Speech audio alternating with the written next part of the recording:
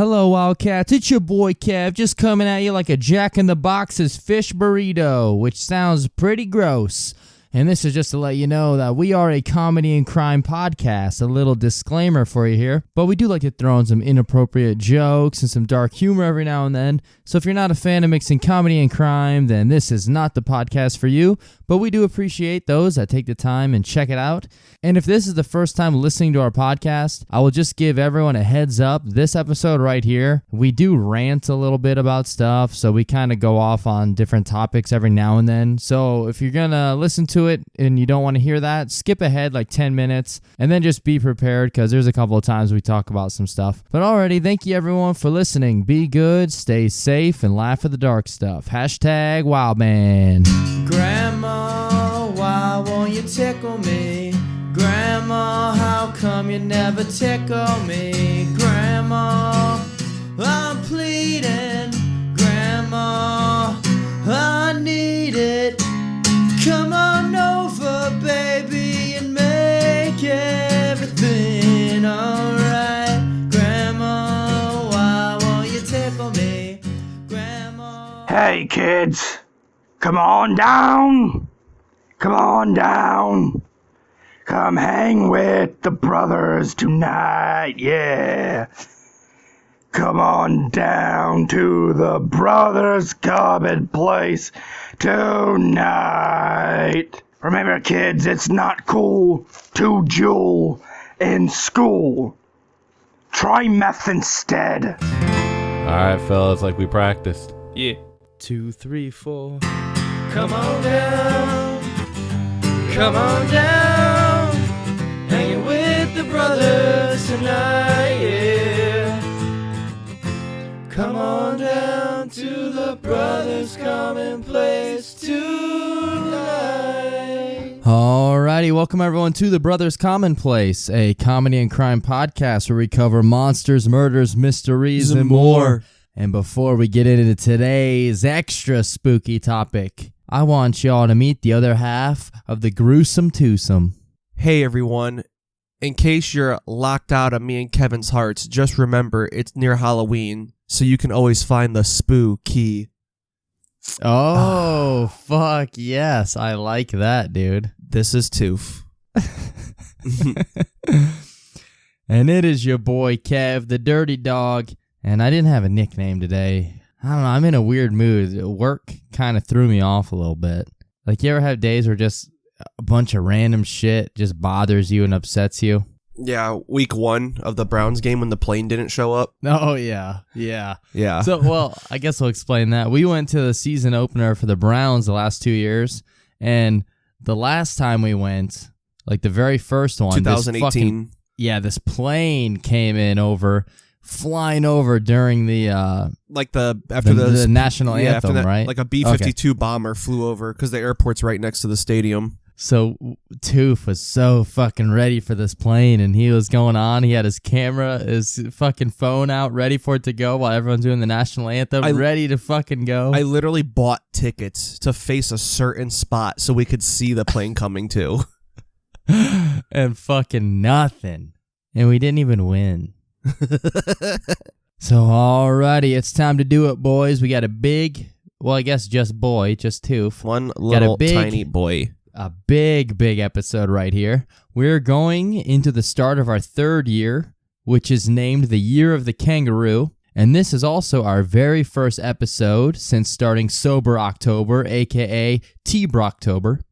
So I hope that all is going well. The week is halfway over. Halfway done with my workouts, and just feeling good in general. How you doing, Toof? Oh, pretty good. Good.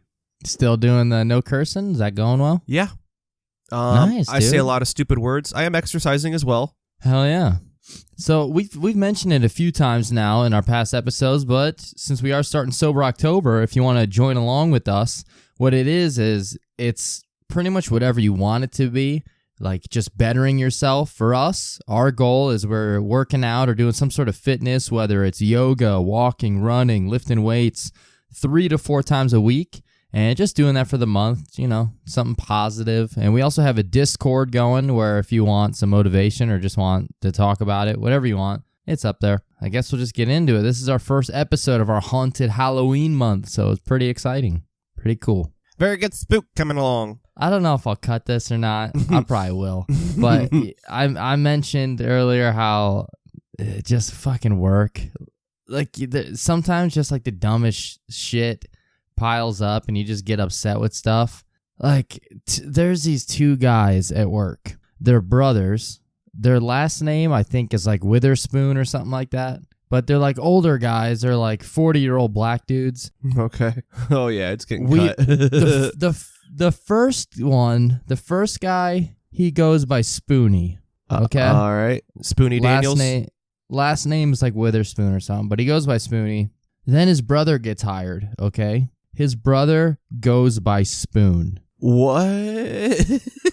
It like legit just fucking upsets the shit out of me because it's like, it's not even your first, go by your first names, or only one of you can be Spoon or Spoonie. You can't both have that name. Yeah, this doesn't make sense. Spoon and Spoonie. It's confusing. And I don't know why this upset me today, but as we were leaving, me and Andrew were walking the parking lot. One of our coworkers in their car just has a bale of hay sitting in the back seat of their car. Fuck yeah. And it's like, why do you need that in there? Like, I what get is it. so necessary about having that in the back seat? Like, you couldn't leave it at home? Dude, what if Like, they went to like a haunted maze and stole it? I don't know, man. It's just shit like this has been adding up today to where like, I'm legit upset. Like, there's no reason why you would be like, oh, I can't take this out of the car today. I need to bring this to work. It's just taking up the entire back seat, just one bale of hay.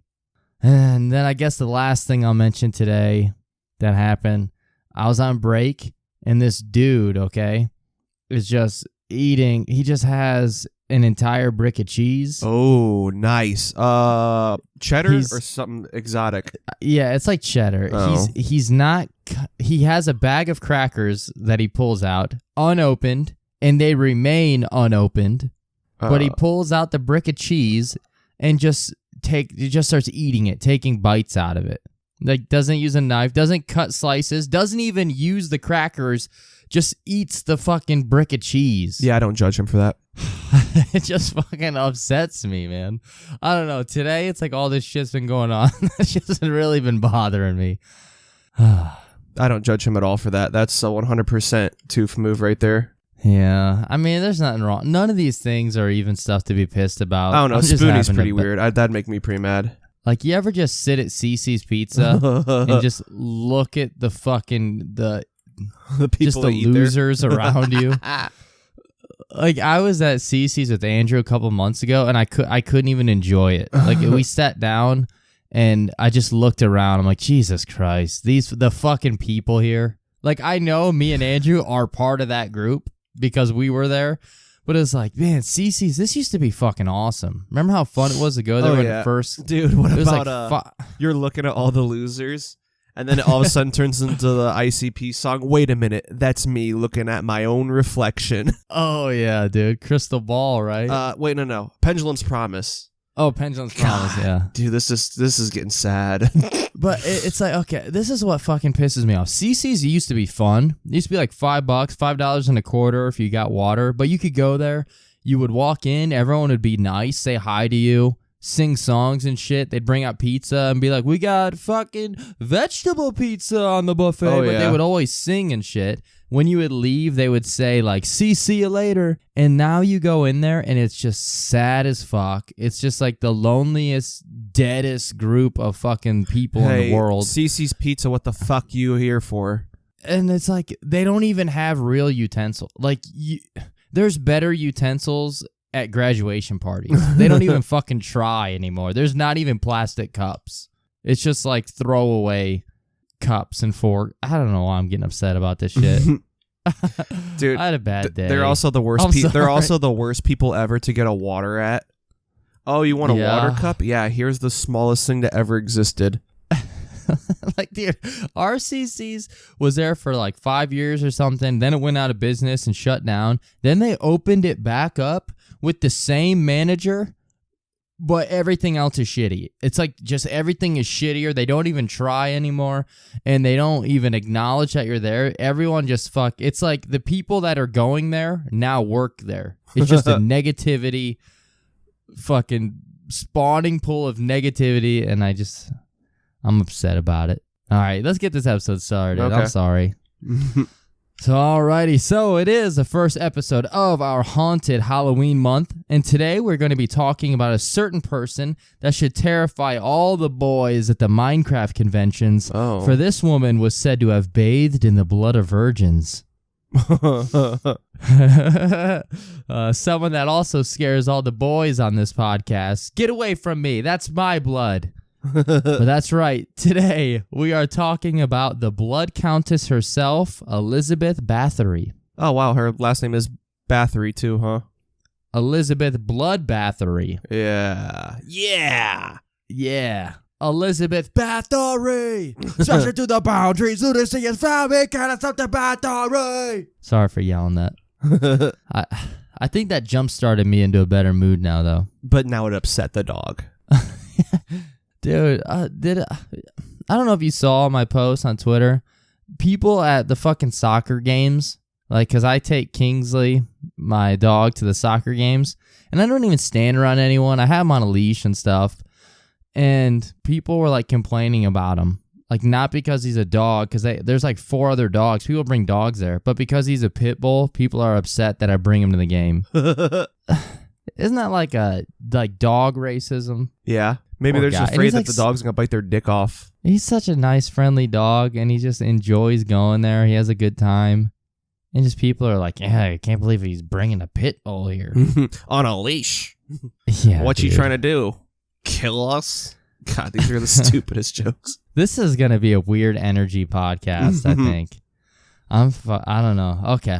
I'm trying to get into a better mood. Let's do this. So one very important thing to mention right here, there is a lot of information out there on Elizabeth, and we have no clue what all is true and what isn't true. There's tons of information. Depending on the sources you go to, you might hear completely different stories. So this is a real person, but there's tons of folklore and urban legends surrounding her. And I believe we might have mentioned her a little bit during our Bloody Mary episode a long time ago. So some more information about her tale. A lot of it has been added on after her death, and there's just tons of stuff out there on her. So keep that in mind when we're going over this, that it might not all be 100% true. It's probably not even close to being 100% true. But yeah, we'll do our best. What year does this all take place in? Oh, you will find out soon, Jeremiah. So I'll say if it's like old as shit, like, come on. 15 and 1600s. Okay. She sucked on the blood of Jesus' nipples. Oh, yeah, baby. Who do you think put those holes in his wrist? It was Elizabeth Bathory. It was Kurt Cobain because they were shooting heroin. Oh, man. Wow, I thought you were going to be like he was standing behind Kurt when he fucking pulled the trigger. Got a couple got some pebbles. shrapnel. So our sources for this episode, allthat'sinteresting.com, History Today, Encyclopedia Britannica, History Collection, history.com, and then also a documentary from Biographics that was on YouTube. And pretty much whatever source you use, you'll get completely different stories and details, dates, ages, numbers, all that stuff. So we're going with these sources, so that's why you might hear completely different information. And if you, if the name Elizabeth Bathory doesn't sound familiar, you've probably at least heard parts of her story or lore or some references to her. Like we mentioned, the Blood Countess, and a lot of people have heard about like, oh, the female vampire or the most dangerous female serial killer of all time who would bathe in the blood of virgins to try to gain their youth and look younger, things like that. This is all about this lady right here, and she was a bad bitch. Oh, God. I'm going to have to fucking look up the lyrics so I could sing it later. Look it up right now, dude. You listen to the radio, you heard about any current pop culture songs? The only song I know is that new Taylor Swift song. Oh, okay. And I made I made a post about it in our Snapchat, and not a single person commented about it or knew what I was talking about. Yeah. But there's a line in it where it's like, it's like, we can keep our Christmas lights on till January. This is our place. We make the rules. And it wasn't funny at all, but I just said, we can keep our Christmas lights on till January. This is our Commonplace. Tooth makes the rules. Like, it's not funny. But I put that in there, and I'm pretty sure they all thought that I just said that. Oh, like, my not God, making yes. fun of the song. So I instantly felt stupid because no one was like, oh, yeah, I know that song. There's this stupid catchy song called, the artist is Lizzo, and the song's called Truth Hurts. And I'm probably gonna eventually come up with some vampire bitch countess lyrics to it. Hell yeah, I like that, dude. I have no idea what Lizzo is. Me neither, until like a month ago. So here is a quote from History Collection. Quote, according to the Guinness Book of Records, Hungarian Countess Elizabeth Bathory was the most murderous woman in history. She is reputed to have tortured and murdered. Hungarian, dude. Oh, my, that's good. Get the fuck out of here with that bullshit. She is reputed to have tortured and murdered young women in her charge during the late 16th and early 17th centuries. Over time, the facts of Bathory's life have mingled with myth. History remembers her unsubstantiated lust for the blood of virgins, which Bathory reputedly believed would preserve her youth, earning her the epithets, I guess I don't know that word, Bloody Countess and Countess Dracula. The truth is, however, Countess Bathory was much more than a blood-crazed maniac. She was a nympho. Oh, baby. This source, History Collection, likes the word reputed a lot. Don't even know what it means, but I'm going to pretend like I do. Yeah, she was very reputed. We had a kid in school. His last name was Pew, and that was always fun. Dude, remember in school, like 8th grade to like middle of high school, where you would hear random shit that thinking about now wasn't true at all, but you would just believe it? Yeah. Like, we heard about this kid we knew went by Nasty Nate. Like, I know you heard the story where he made his cat give him a blowjob. Okay, yeah. And I never fucking questioned that until I thought about that story today. Like, I just assumed, like, wow, dude, he made his cat suck his dick. That's fucked up. Like, I never questioned it. Did you ever question it? No, because birds of a feather flock together. Oh, baby. Yes. All right, are you ready to get into this story, too? If you got anything before we start learning? No, I'm good. All righty, here we go. All the way back to Nyarbator? That's probably not pronounced right. In the Kingdom of Hungary in the 1560s, when Elizabeth Bathory was born August 7th, 1560, to Protestant nobility. Oh. Her first name was actually Elizabeth, but it would later become Elizabeth, probably because Elizabeth sounds like Helen Keller just trying to say Elizabeth. Elizabeth. Okay, I don't know how funny that. You know what? It's funny. It's wrong. I don't know. Elizabeth. Hey, if you think the guy making the cat give him a blowjob was crazy, imagine the Helen Keller one. Oh, too. Now you've gone too far, you asshole. Yeah. Yeah, it's better than my joke. My joke was gonna be, remember Reggie Ray in Not Another Teen Movie? How he keeps getting concussions. Yeah. And he keeps saying, "I smell a bet." Well, Elizabeth was just gonna be him after like one concussion left before he dies. Elizabeth. That's dumb. Okay. So Elizabeth Bathory, coming from a pretty rad and badass sounding family, because her family also controlled Transylvania. Which is a real place. Yeah. Transylvania. Pretty cool. But not only that, their family name goes way back, and it is filled of awesome tales and stories like this one. Quote, Elizabeth Bathory came from an illustrious family whose lineage, wealth, and power rivaled even that of the kings they served. The Bathory dated their origins to around 900 AD. According to legend, a warrior called Vitus was asked to tackle a dragon that was terrorizing the swamplands of Exed in the Heves County of Hungary. Vitus killed the beast with just 3 thrusts of his lance. His reward was Exed and its castle. He also earned himself a surname Bathory, or Good Hero. Was this guy... God.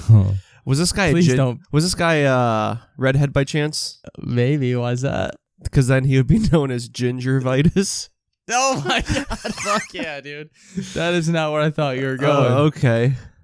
They also said that this guy that killed that dragon, he would later grow up, and his mom was kind of like an alcoholic and crazy, and his dad was also kind of drunk too, and he had like a really just fucked up family life. Christopher Vitus. Alrighty. I probably pronounced a lot of those locations incorrectly, so I apologize. And there are some pictures of this castle online. It looks pretty awesome, although I don't know if it's this actual castle or not, because there's a lot of pictures that say it's that castle, and they kind of look different, but they all look super badass. So this castle, that castle, Thad Castle, whatever. Fuck yeah. Her uncle Stephen Bathory was the king of Poland. So very, very powerful bloodlines they got. Oh, and when I used to frequent the strip clubs, they also would call me the king of Poland. Wait, so are you getting up on stage and dancing? Sure. Oh fuck yeah, dude! To what song? I don't know the name of the song, but fill me up, Buttercup. No, okay, you're singing the lyrics to "Build Me Up, Buttercup," Oh, but you're that's it. singing it to that Jackson 5 song. Wait a minute. What? Candy girl, you are my world. Wow. Yeah. I've always thought those were the same thing. Huh. Build me, but I don't know if it's actually Candy Girl. That doesn't sound right. That's funny, isn't it? So yeah, that's it. Oh, it's Baby Girl. Yeah. Baby Girl. Why'd I say Candy Girl? We're collectively just really dumb. My stripper pole dance song would be probably Brick by Ben Folds 5. Oh, hell yeah. Everyone gets sad and just puts their dollars on stage and leaves. I do that thing that like the really, really, like, no, this is no offense to any strippers, because hell yeah, that's awesome you do that. But the really slutty ones that take the beers and like shove the bottle in their fucking puss and then hand them back. When I do that, I make sure that the Freshman is playing by Verve Pipe. Fuck yes, Kevin. That's gross though. Why would you drink that beer? Why wouldn't you? Well, you got me there, Jeremiah. Alrighty. Let's see here. Oh, and speaking of her rad and badass family, Elizabeth, she had some health problems growing up, and it is speculated that that was probably because her mother and father were first cousins. Mm-hmm. Dude. Yeah, kissing cousins, baby. Oh, man, I can't. All right. Let's make this super... Okay. Do you remember... I don't want to say any names. Do you remember the person who Jason made break their brakes because he said some stuff to them? They slammed on their brakes. And, okay. Have I told you the story about him and his boyfriend wanting to mix sperm inside the other guy's mother? Oh, mother. Okay. Mother. Oh, dude. So, that guy... Are we keeping this in the podcast? We should be able to. Okay, this is... So just real quick. These two gay guys, which that's not a problem. That's awesome. Yeah, Fuck that's yeah, not the whole, dude. They found... Yeah, we're not making fun of that part of the story. Yeah, they found love. That's super cool. More power to them. But they want to mix their sperm and put it in one of their moms? The one that I don't know, because like one of the kids I grew up with like a lot, so I like know him. He met another guy, and they want to. Oh, that just made me like squirm, like I fucking just picked up a handful of bugs. They want to. It was the other guy's idea to mix their sperm together, and they were looking for a host. Well, the one kid suggested his mom. What the fuck? Was that his first suggestion?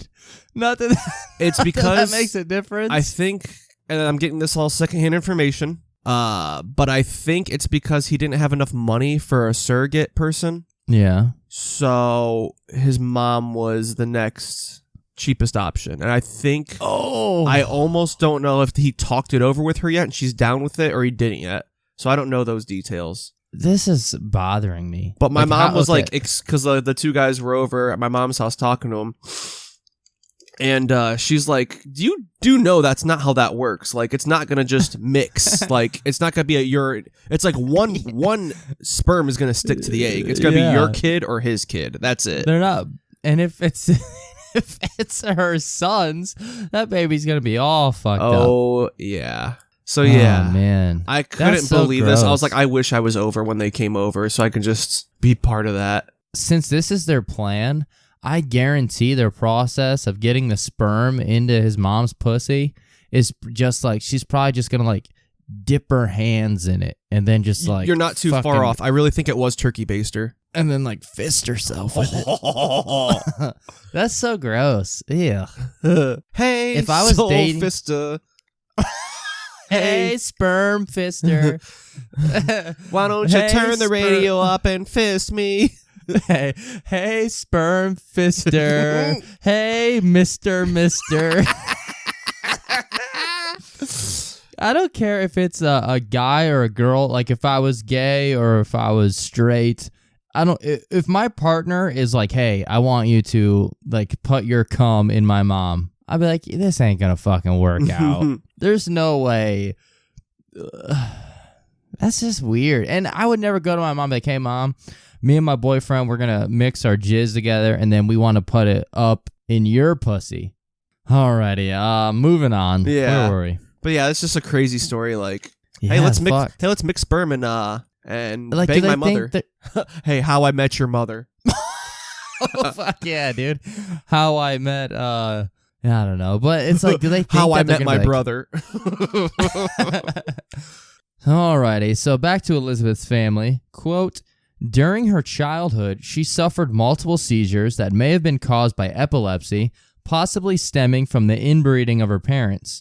At the time, symptoms relating to epilepsy were diagnosed as falling sickness, and treatments included rubbing blood of a non-sufferer on the lips of an epileptic or giving the epileptic a mix of non-sufferer's blood and piece of skull as their episode ended. Yeah, this sounds about right.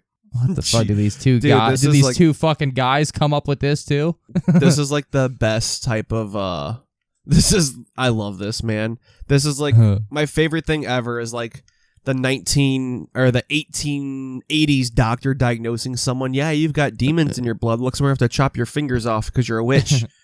That's like I love this type of like diagnosis and stuff. This is pretty interesting right here, though. Quote, this leads to the speculation that Elizabeth's killings during her later life were part of her efforts to cure the illness she had been suffering from since she was a young child. Aww. However, there is no hard evidence supporting the speculation. But yeah, that was always weird. It's like, oh man, we got to get the fucking bad blood out of you. And they drain like a fucking bucket of blood.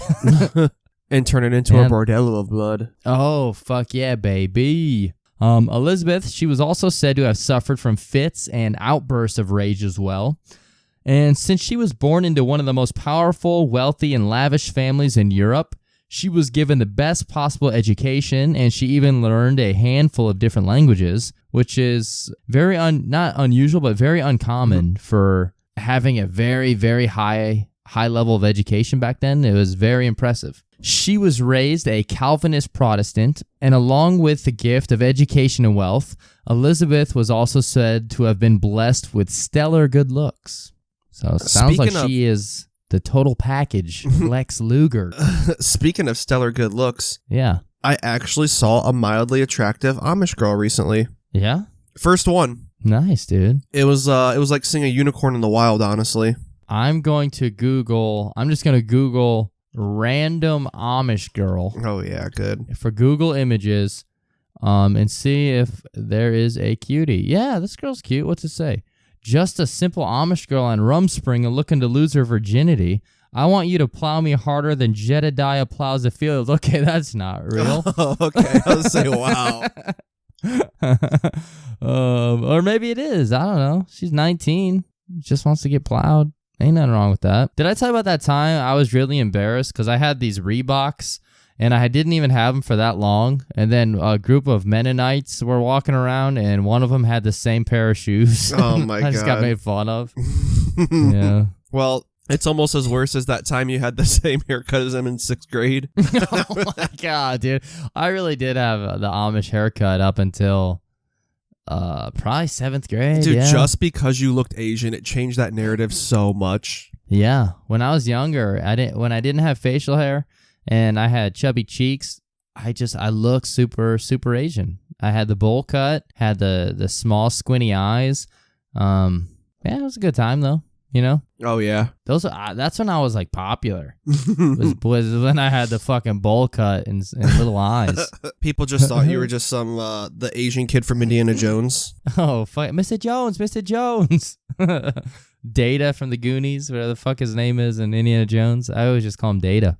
Oh yeah, that is the same kid. Maybe I'm thinking of the Asian kid from Big Trouble Little China. That might be the same kid.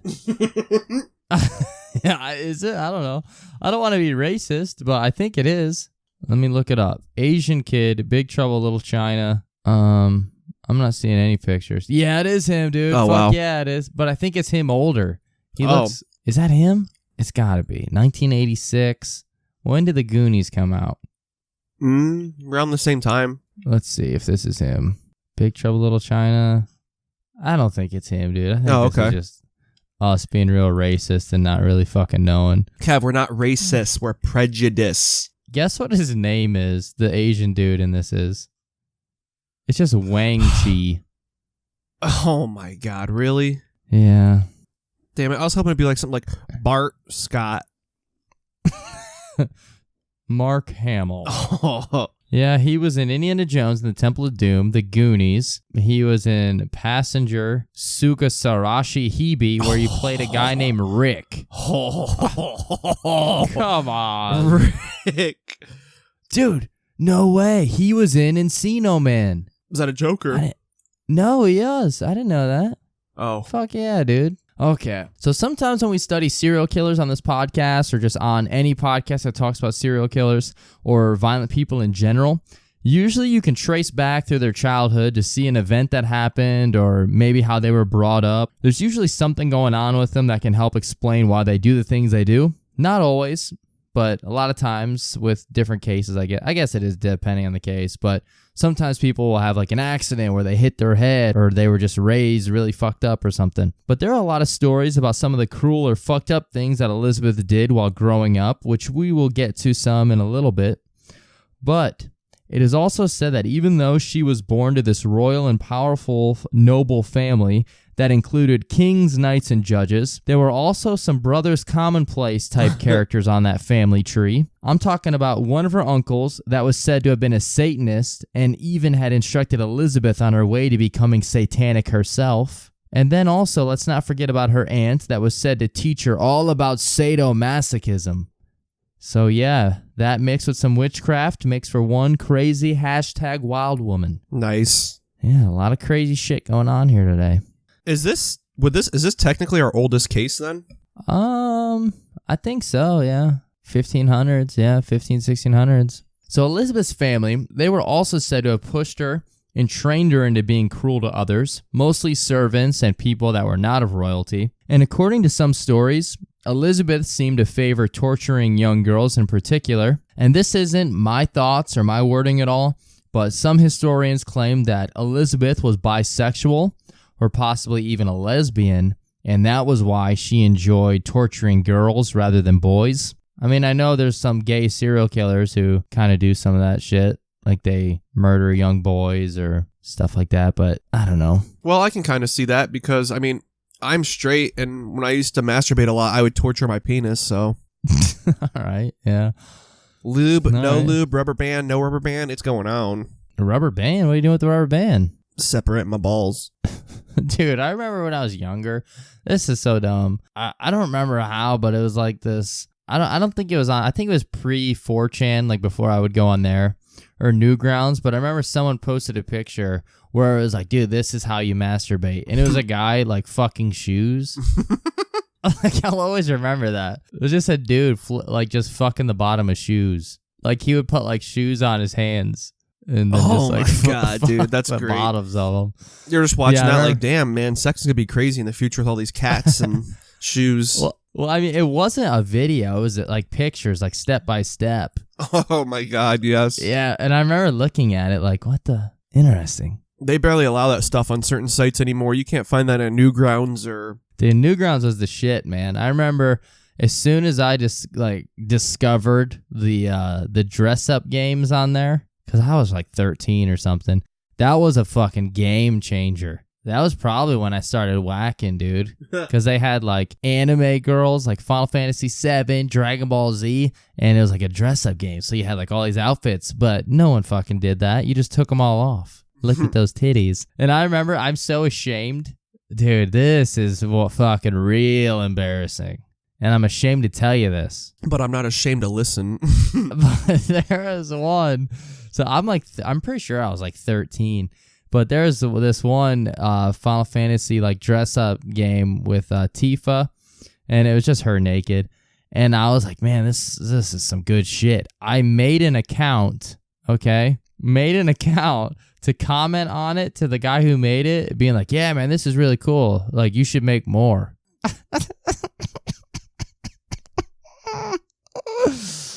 I was like, man, do you have one with like all the girls? I think I said. Too bad Andrew was also in school, so he had to have time to make more. Oh, shit. Newgrounds, man.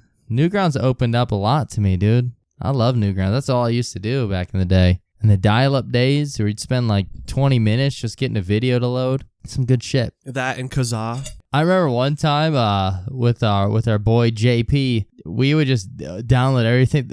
This is a fucking weird episode. We're talking about a lot of weird shit.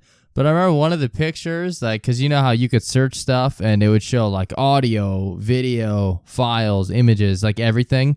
There was one that was just titled Gay Farm Boys. And like, I think we were looking up Dragon Ball Z shit, but they would put like 100, 200 tags or something on it. And it was Gay Farm Boys. We're like, what the fuck? So we downloaded it and open it up, and it's just like two teenage farm boys. One is just fucking the other one over a barrel. We're like, well, okay, I guess that makes sense. I don't know why. What we expected. Imagine going into it expecting something else. I know, dude. Gay farm boys, what could this be? Alrighty. So this quote right here is from the documentary. Quote, "It has been recorded that young Elizabeth was exposed to all sorts of horrific atrocities during her formative years.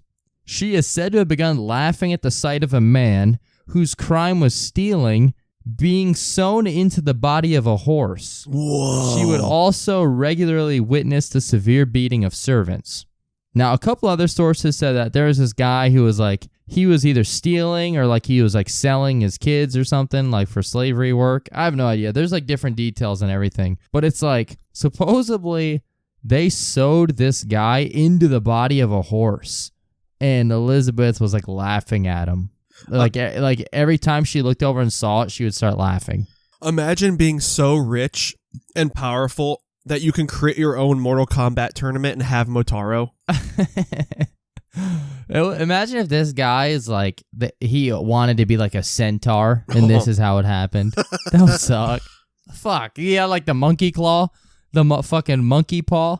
Oh, I can make a wish. I wish to be a centaur. And that's what fucking happened. He tells him what he wants. He's like, I want to be sitting on top of a horse, but sew me into it so we are one.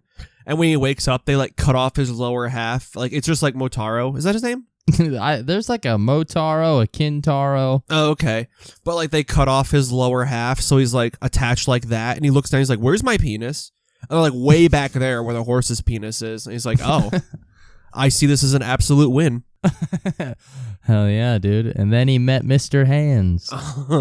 And you would think that maybe seeing these violent acts as a child would like scare or terrify you, but nope, not Elizabeth. She was definitely drawn to it and seemed to enjoy seeing others' misfortune. A major event also happens early in Elizabeth's life. Sometime around the age of 10, 11, or 12, she is engaged and would soon marry a man who is 15 years old at the time that she's engaged to him, and his name is... oh, how do you pronounce it? Ferenc Nadasti. It's almost like you're a Buddhist and someone farted around you, but you're trying to like tell them their fart's stinky, but be nice about it. Oh, your fart is rank. Namaste. I think it's Ferenc. So Ferenc Nadasti. Nadasti. I don't know. But Elizabeth is 10 or 11 and he's 15 and they get engaged.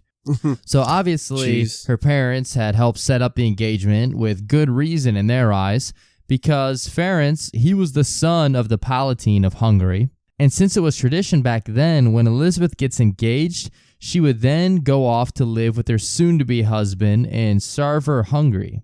And since she was so young, only being 10 or 11, it was now the responsibility of her fiancé's family to continue her education and also take over raising her. Okay. So these two very powerful, wealthy, noble families of power, they set up this engagement. Like we said, Elizabeth is 10 or 11, Ferenc is 15.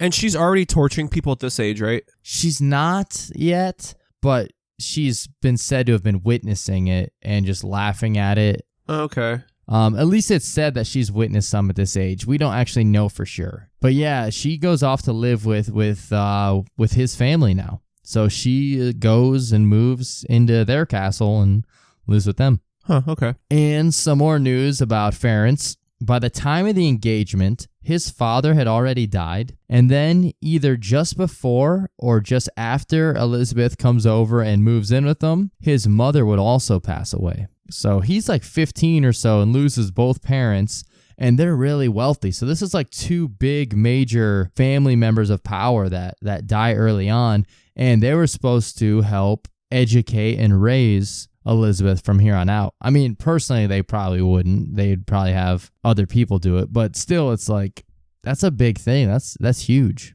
Yeah. What did they die of? I'm not quite sure, actually. Or should I say, how did Elizabeth kill them?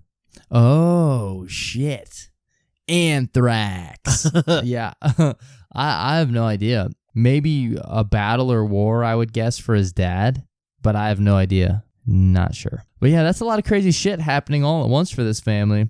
And it is also believed that the Nadasti family does a pretty shitty job of raising her. We don't know for sure what all happens during this time of her life, but based on how everything turns out, I'm guessing things could have gone at least a little bit better. And I am very sorry if I keep pronouncing Nadasti wrong. It's Nadasdy. Nadasti? This family used to be well known for their YouTube videos. And when you would download their YouTube videos, you'd have a choice of HD or SD. And they want to be known for higher definition. So they would always say, hey, we're not SD. We're HD. Hell yeah, dude. I like that.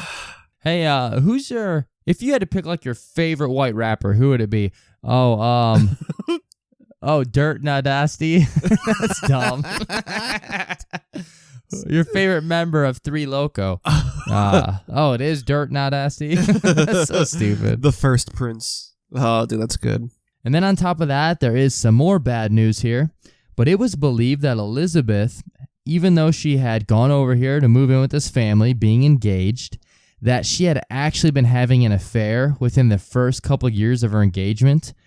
When she was 12? At the age of 13, she would be pregnant. Oh my gosh. And the father of that baby would be none other than just a regular servant guy. Okay. So that's even worse when you're like a big noble family and you're cheating on your fiance with just a fucking loser. No offense to the guy, but I mean, to the nobles, a fucking servant is just dirt modesty to him. Yeah, pretty much. Some sources list him as, quote, servant or minor noble by the name of Ladislav Bende. So if he's a minor noble, then that wouldn't seem as bad. But a lot of sources just list him as a peasant or a servant. We don't really know for sure. This part right here is pretty fucked, though. When he introduced himself into what's the Countess's actual name? Elizabeth Bathory. He walked up to her and he's like, "Oh wow, this girl's really attractive, despite being 13." But he's like, "Hello, Elizabeth. My name is Ladislav, and I would like to bend a butt over and lay it pipe to you, girl." All that cussing joke might make that a little bit more funnier. And this part right here is pretty fucked But since Ference can't have his soon-to-be wife running around and getting pregnant by servants, he decides to take action. And even though this part isn't 100% proven to be true, there are local records that does show that a person by the name of Ladislav Bende was living around this time. So there are records of this guy existing. But it is said that once Ference had found out about the affair and pregnancy, he had a little chat with Ladislav Bende, and then he takes a page out of Ramsay Bolton's book. He cuts off Ladislav's dick and balls, and then throws him out there to be ripped apart and eaten by dogs. Huh. Yeah, so that's pretty fucked up. Hashtag Wildman. Hashtag Wildman. Hashtag Wild Dog. But no, that's fucked, man. That sucks. The dude gets his dick and balls chopped off, and then he's like, oh, God, that fucking sucked, but at least it's over. And then he gets thrown out to be eaten by dogs. Shit sucks. Something I didn't expect, though. The child is born, and it isn't destroyed by dogs. Instead, the baby, which was said to have been a girl, is sent off to live in Transylvania. So as fucked as it sounds, I figured that they would have had some sort of medieval abortion or just fucking tossed the thing in the river or something. Or ate the baby. Or fed it to the dogs, honestly. But no, it gets sent off to Transylvania. And some sources claim that her name would be Anastasia. Okay. We don't know. Dude, I'm imagining these dogs being these super fat dogs because they just eat 100 pounds of meat every day when this guy gets mad. What's that? Is it the Tom and Jerry movie where that dog is on the fucking skateboard going around? I don't know. I like to imagine it's that dog. That's awesome. I think it's like a fat beagle that goes around on a skateboard or something. God, now you're just having me imagine that one bulldog or American bulldog that rides the skateboard. Oh, fuck yeah, when he dude. pedals Hell it, yeah. it's so funny. So even though we got a lot of this fucked up stuff happening, there is some good news at last. Get out the doves and break out the rice, baby, because the wedding is still on. Nice. Good. At the mature age of 14 or 15 years old, Elizabeth would marry her 19-year-old fiancé, Ference, and live happily ever after. Good. I don't know if they actually planned for the wedding to be this early, or if it was because they were trying to stop the families from wanting to kill each other after the pregnancy and affair, or if they're just trying to quiet things down. I have no idea. I could see them being well, this family's mad at this one because she cheated on them and all this other stuff. Regardless, we don't know exactly what happens, but they get married at this early age. There are some details about the pregnancy that we haven't mentioned yet, though. However, quote, there is the possibility that Bende raped Elizabeth Bathory. A document exists, signed in front of church officials, where the Countess claims that she was abducted and drugged and forced by Bende. However, the trouble is, the document is dated to 1609, when the Countess was 50 years old, 37 years after the event. So that kind of sounds like... I mean, I don't want to... say, anytime you say, someone says they were raped, you don't want to be you're a fucking liar. But, I mean, in this case, that kind of sounds made up. I feel right away, even if she wasn't raped, I feel that would have been I feel it would have been more understood than being I cheated on you, I had an affair with that peasant. His name was Kevin's dad. Or that time where she cheated on him with a bird. The pheasant. Okay, all right. So the marriage happens, and it helps unite the families once again, but there were a couple things that didn't help unite the families, like how Elizabeth decided that she would keep her maiden name after the marriage because her family name was older and more distinguished. That's tough, man. You got these royal families, and you get married, and the girl is my family name is more distinguished, I'm keeping it. So that probably stung the Noddisty's family a little bit, but at least Ference's mom and dad weren't alive to find this out. Parents just don't understand, Jeremiah. They wouldn't understand that. Elizabeth would also sign all of her documents and only answer to the name Lady Bathory. So even though they're trying to get her to go by Lady Nodisty, she refuses. She says, no, I am Lady Bathory. Dirt Nodisty. She had a sense of pride and confidence that not everyone respected.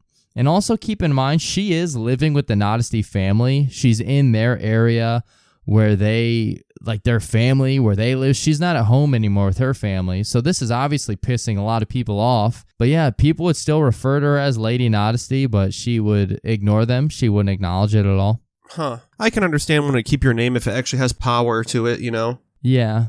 And I think it's just what really hurt is that his parents were both dead, and he's trying to carry on the family name and things like that. And it's just kind of like this woman that's already cheated on you and had a baby with someone else is now refusing your last name after marriage. Yeah, it's kind of a bummer. It just kind of seems fucked. Like from his point of view, he's probably a dickhead. We don't know. Maybe he was cool. I don't know. We have no idea. But I understand why she would want to keep her last name because they came out with a really cool song called OPP.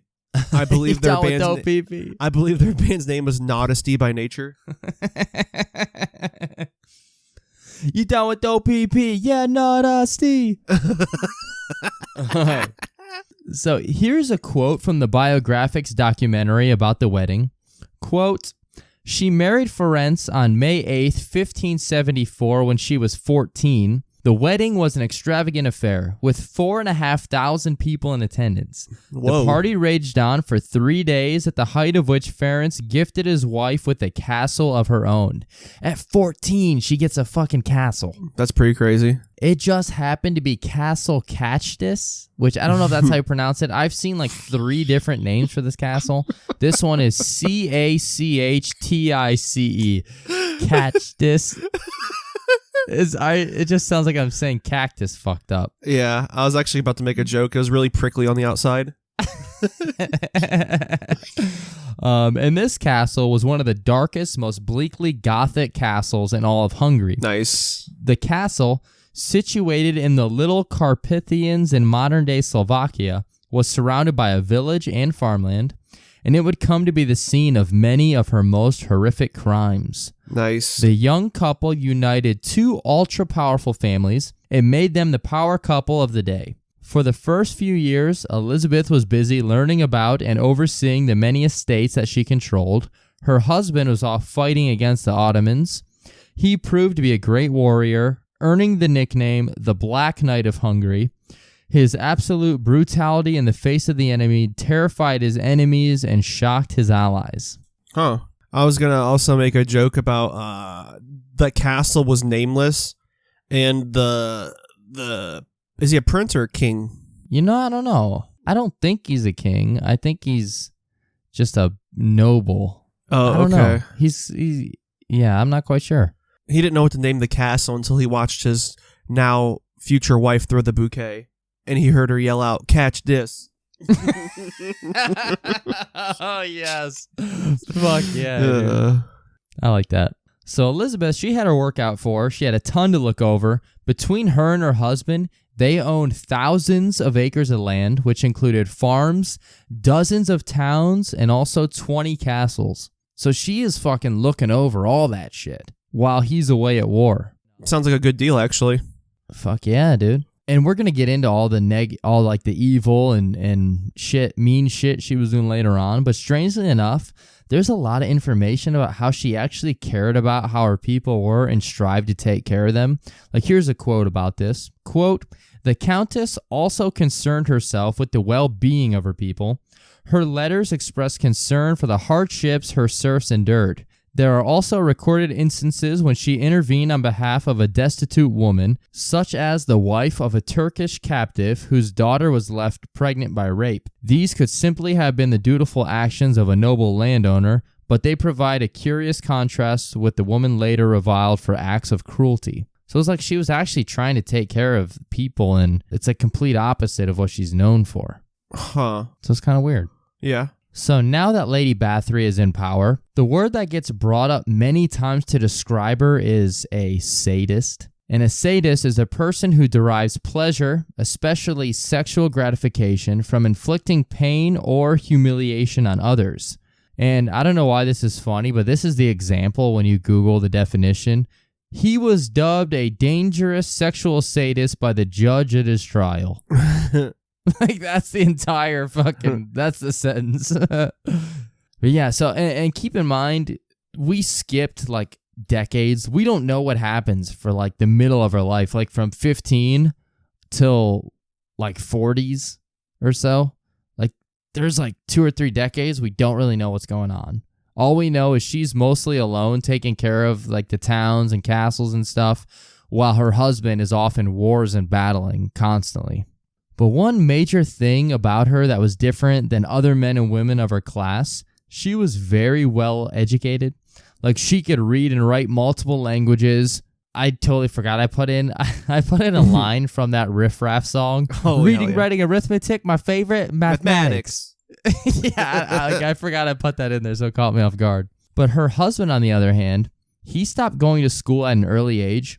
So I'm sure he probably was either bothered a little bit by the fact that I think he quit when he was like an early teenager, but the fact that his wife could speak multiple languages and was just very, very highly educated, I'm sure that kind of rubbed him the wrong way on top of everything else. Oh, yeah. Quote, the Countess often wrote to other nobles with requests to borrow books. Her favorite subjects included biology, botany, anatomy, religion, and the occult. She had a keen and inquisitive mind. Things start getting a little more confusing around this time. So here's a quote straight from the wiki. Quote, in 1578, Nádasdy became the chief commander of the Hungarian troops, leading them to war against the Ottomans. With her husband away at war, Elizabeth Bathory managed business affairs and the estates. That role usually included responsibility for the Hungarian and Slovak people, even providing medical care.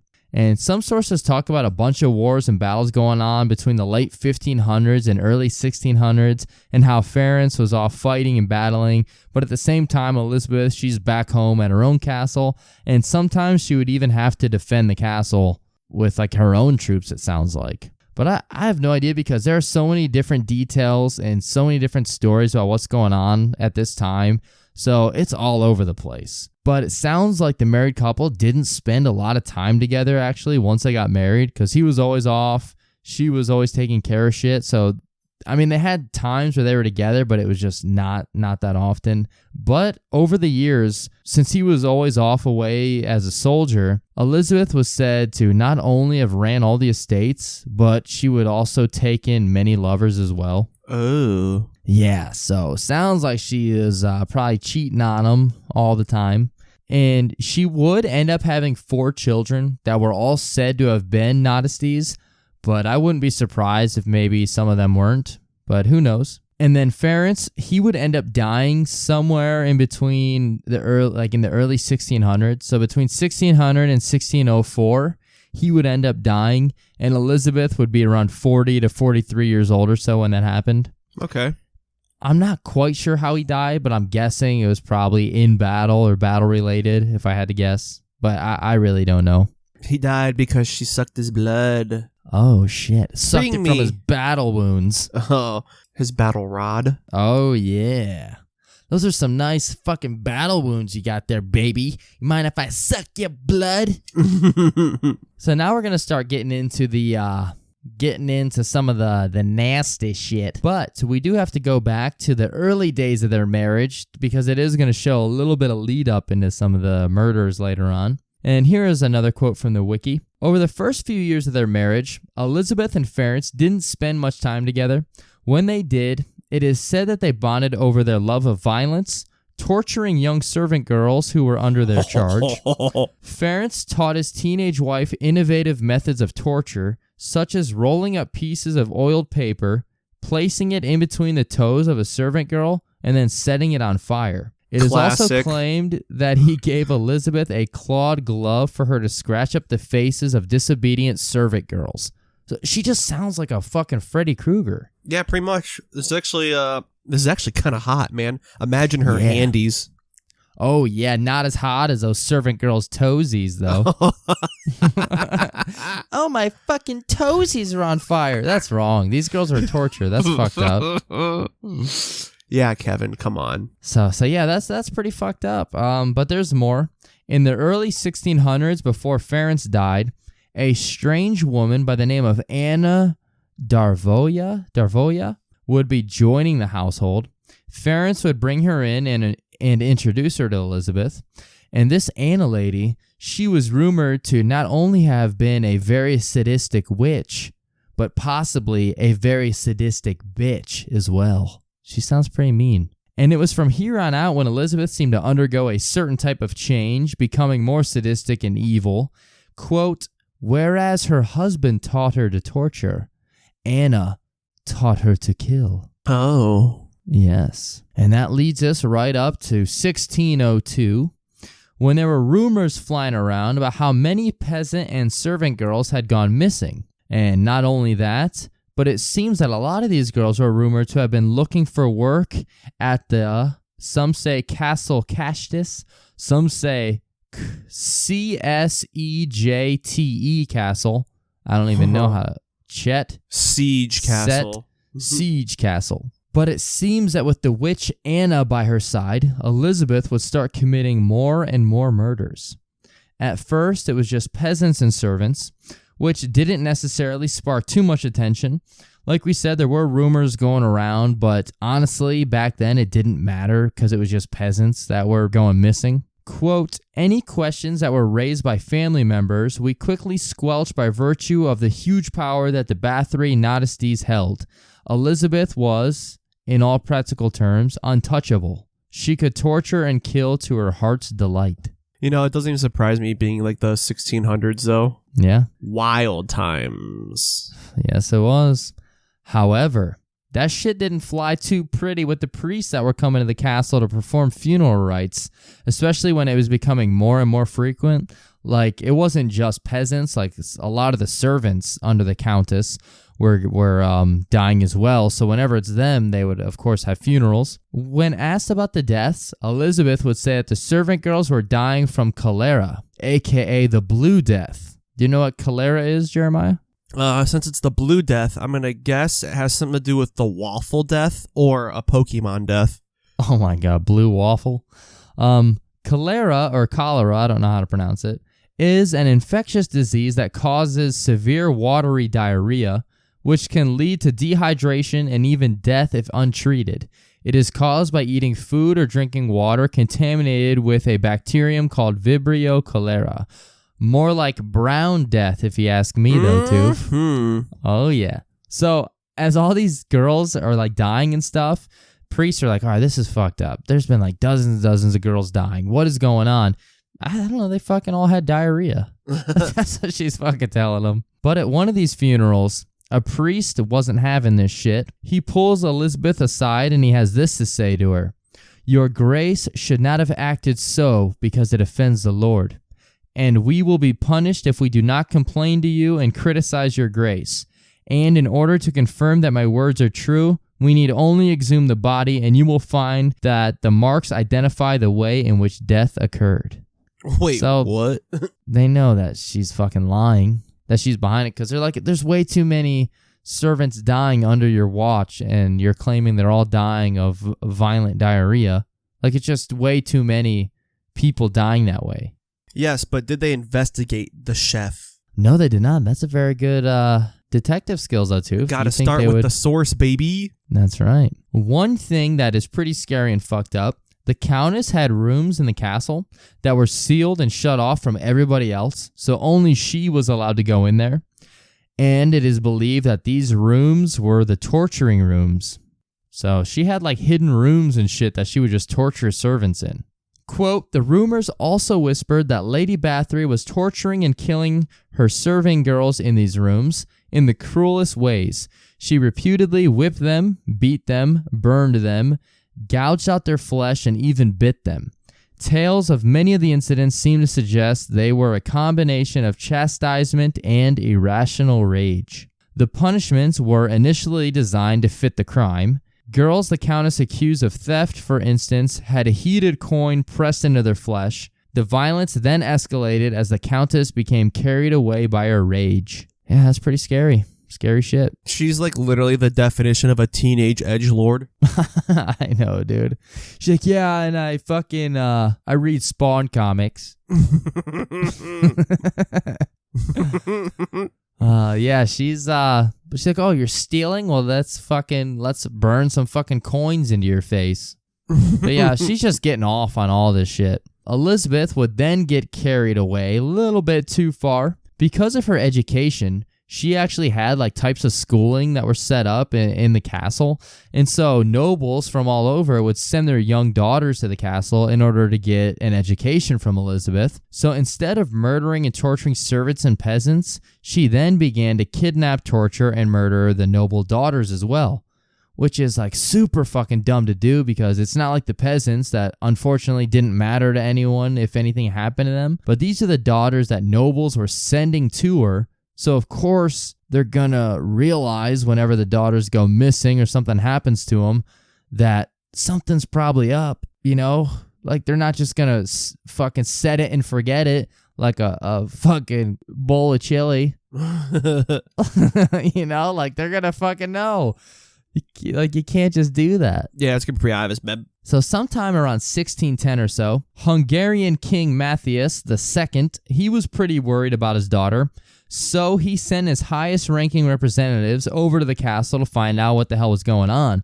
So this is the fucking king's daughter had fucking gone missing, okay, after sending her to learn under the Blood Countess, a king's daughter. So his representative, a man that was named Georgi Thurzo, by the way.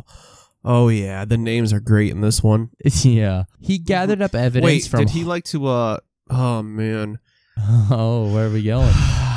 Did he like to partake in gangbangs with only males? Maybe. Because I always thought they called him Gay Orgy. Fuck yeah, dude. Gay orgy. Come down here, Georgie. Welcome to the Gay Orgy. I am your host, Gay Orgy. I don't know why he would say that, but yeah, I like him. Georgi Thurzo. He gathered up evidence from hundreds of witnesses, and he couldn't believe like all the shit he heard. It was horrifying, and it was just a thing straight out of nightmares. Here's a quote from allthat'sinteresting.com.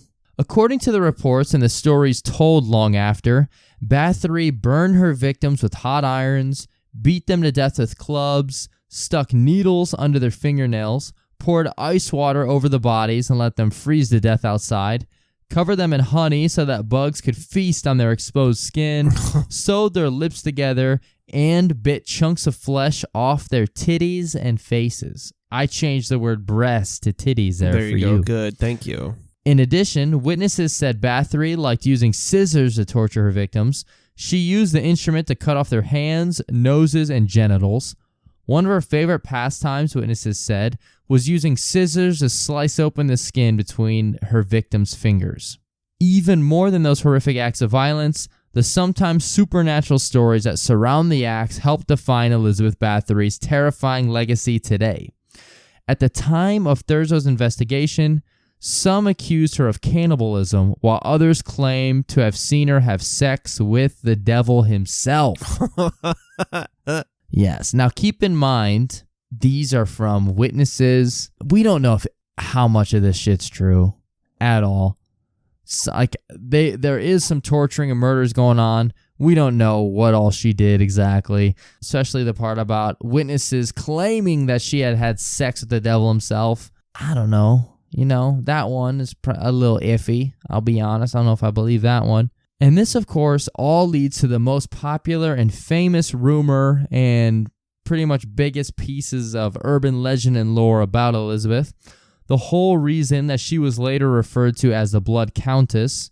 But rumors spun about how not only was she a vampire, but after torturing and killing these girls, she would then bathe in the blood of the young victims in an attempt to maintain a youthful appearance. And then some sources also mentioned that it was young virgins specifically that she would take their blood and bathe in. So that's pretty fucked up. Oh, yeah. She would ultimately be charged for her crimes, thanks to the work of Georgi Thurzo, and she would be found guilty of the death of 80 girls. And keep in mind, sources differ greatly on this number. 80 is somewhere in the middle when it comes to numbers I've seen listed. Some were like 20 to 30. Some were all the way up to like 600-700 in total. Oh, wow. Yeah, but 80 was what she would officially actually be found guilty of. Quote, one witness claimed to have seen a book kept by Bathory herself where she recorded the names of all of her victims, 650 in total. This diary, however, appears to only be a legend. It has never been found. Oh. I'm going to go out on a limb here and say that it has also never existed, because that sounds like made-up bullshit. So how exactly does the story of the Blood Countess Elizabeth Bathory end? On December 30th, 1609, Elizabeth Bathory and her servants were all arrested. The servants, accused of aiding her in torture and murder, were put on trial in 1611. 3 were executed, and I believe they were all burned at the stake for being witches. Bathory, however, she was never tried, and she was confined to the castle, and she was reportedly kept in a bricked-in room. And they said that, like, the windows were fucking bricked over. She had a few slots to breathe and to, like, get food and shit. But she would only be in there for a couple years because she would die in 1614 at the age of 54. Wait, so you said at 50 she said all that stuff happened. So it happened during the trial? 1609 is when that document was said to have come out. So she was 50 years old, and that would have been 37 years after that happened. But yeah, that's a document that she signed in front of church officials where she said that she was actually raped. Oh, okay. Yeah, I guess that probably was. Well, she was arrested in 1609 at the end of December. So one day before 1610. So it was sometime before she was arrested. Okay. So the only thing left is we have a couple pieces of random information. First one, quote, while documents from the 1611 trial supported the accusations made against her, modern scholarship has questioned the veracity of the allegations. Bathory was a powerful woman, made more so by her control of Nadisti's holding after his death. The fact that a large debt owned by Matthias to Bathory was canceled by her family in exchange for permitting them to manage her captivity suggests that the acts attributed to her were politically motivated slander that allowed relatives to appropriate her lands. So some believe that maybe she didn't do all that shit, and maybe that this was all against just taking her down. And it would work too, easily. This is the witch hunt era, so... that single woman who has her husband's always fighting wars, has land and everything? Yes, she bit out my brother's neck. And I've also seen some sources be like, the very minimum she could have done is still pretty fucking bad. Like, still torturing, probably killing. And then the worst would be, like, just straight up serial killing dozens to hundreds of girls, you know? So no matter what, she's still... I don't think there's any good ending with her. Yeah, that's true. Some sources claim that when Georgi went to the castle and he bursted in, he saw that Elizabeth was actually in the act of torturing and killing a girl with some of her servants. And then also, while he was there, there was one dead girl and a couple others being tortured or chained up or sealed. But that is just a rumor. There are no actual details of that. It was just something that was kind of added in. And then one last thing, which is from thetoast.net. Oh, that sounds like a great site. Fuck yeah. It sounds like that site lies a lot. They try and butter me up. Oh, yes, they do. So there's a lot of tales and stories about the Blood Countess, a lot of so-called facts that don't have any proof behind them. But the first actual written account about the Blood Countess was penned in 1729. So the first actual written material about her was 119 years after her death. Oh so that's God. why a lot of details, rumors, legends, and tales are all completely different.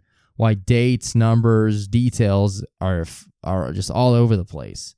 Because no one wrote about her for over 100 years, so we have no idea what's fact and fiction. But yeah, that's everything we have on the Blood Countess Elizabeth Bathory. Do you have any comments or anything you want to mention, too? Do you want to go back and forth and make up ways of how she killed people? Yeah, if you want to, man. Or you can just say something, I'll listen. In one, she would let her pubic hairs grow out, and she would make her servants eat her out, and then she would make them stay down there for so long that her pubic hairs would grow around their head, suffocating them as they were entrapped. Fuck yeah, I like that. This one is called the Volcano, and she would put like really hot, like just boiling hot soup into her asshole, and then make servant boys do her anally and burn their dicks off. That's dumb. In one, these are all due to time, but she would make people suck on her toes for so long. Oh yes, you didn't have to make me do it. I do that with my She'd own free will. She'd put super glue on her toes and make you suck on them until you'd have to wait months for her toenails to grow out, all the way till they punctured your brain and killed you. Holy shit! It's like the bamboo, but with your toenails. I like that shit, Jeremiah. Wait, what's the bamboo? Didn't they do it with some prisoners where they would have bamboo grow through you? Oh my god, that sounds insane. Bamboo torture, a form of torture and execution where a bamboo shoot grows through the body of a victim, reported to have been used in East and South Asia, but for which no reliable evidence exists. Yeah, so I don't know if that's true or not, but it's where like they would like chain you down or strap you in, and there'd be bamboo under you, and they would just let it grow, and it would eventually grow through you. Ugh. Yeah, that'd be fucked. Yeah, I'm looking at a picture someone drew. Aw, under it, though, there's a panda eating bamboo, and he's so cute. After they're dead, they bring the pandas in. Whoa, Mythbusters. I guess they did this on fucking Mythbusters, too. Cool. But alrighty, yeah, I think that's everything for this episode. I just want to say thank you to everyone that is listening and sharing with your friends and leaving us comments. I've noticed, it's not just this podcast, but with everything, people that listen to the show and enjoy it usually just listen and enjoy it. Like they don't leave comments all the time and stuff, and that's completely fine. But it seems like the people that don't enjoy it are the ones that leave comments. Like we always get like the dumbest ones on YouTube. Like no one watches our episodes on YouTube because it's just the audio we throw on there. But we always get comments where someone's like, "This isn't something you should joke about." Yeah, that was the latest one. That was so funny. I was like, well, she has a point. And Spence is like, yeah, but she probably could just post that comment on literally every single video. Which so it's always will. stuff like that. We had one where this person wrote 2 big comments and then deleted them both. But it was like, you guys make too many jokes. It's always like that shit. But yeah, thank you to everyone that's listening. And if you haven't left us a review yet, that would really help us out and mean a lot to us. Now that they got the true crime charts all figured out, we are just fucking dust in the wind, nowhere to be found, bottom of the barrel, chilling with all the other juggalos. But that's where we belong. Anyways, if you want to leave us a review, that'd mean a lot to us, really help us out. We have a Patreon. Yeah, I haven't mentioned yet, but we have a Patreon where we put 2 to 4 episodes up a month. They're bonus episodes. They're not always about crime. Sometimes they're shorter. Like we put a bunch of creepy pastas up there. I have a couple to edit and put up on there as well. But we have a $1, a $5, and a $10 now. And with all of them, you're going to get stickers. I'll mail you stickers. And then with the $5, the only difference with that is that you get a shout out on the episode, on the next episode. And you get all the bonus episodes and stuff. The $5 is just for people that want to help us out a little bit more and get a shout out. And the only reason I added a $10 tier, which I don't want people to listen and think that like I just put that on there to try and get people to give us more money. That's not what it is at all. We have like 3 or 4 people just on their own that are giving us $10 or more a month, which they completely don't have to. It's super awesome and we appreciate it, but it is so unnecessary. But yeah, I just wanted to do something for them just because, I mean, they're giving us all this extra money when they don't have to. So I put a post on Patreon. If you're giving us $10 or more, send me a message, whether by email or on Twitter or Instagram or Patreon, of like a couple sentences or a paragraph, whatever you want. I'm not putting a limit on it, but any message you want us to read out loud on the podcast at the end, we will, like when we do our Patreon shout outs. So if you just want to send a message to somebody, you want to promote something or just talk random stuff or anything funny or just say hi to us or message to us, anything you want, as long as it's not like super racist or anything like that, yeah, we'll read it at the end whenever we do our shout outs. And sorry for rambling. We have a Facebook, Instagram, Twitter, and we have a Discord, Sober October, so we're all trying to better ourselves. If you need motivation, join our Discord and talk and meet some cool people. So also a special thank you to all of our wonderful listeners, #AssHive, all of our beautiful Australian listeners, our Brooklyn boy, just everyone out there.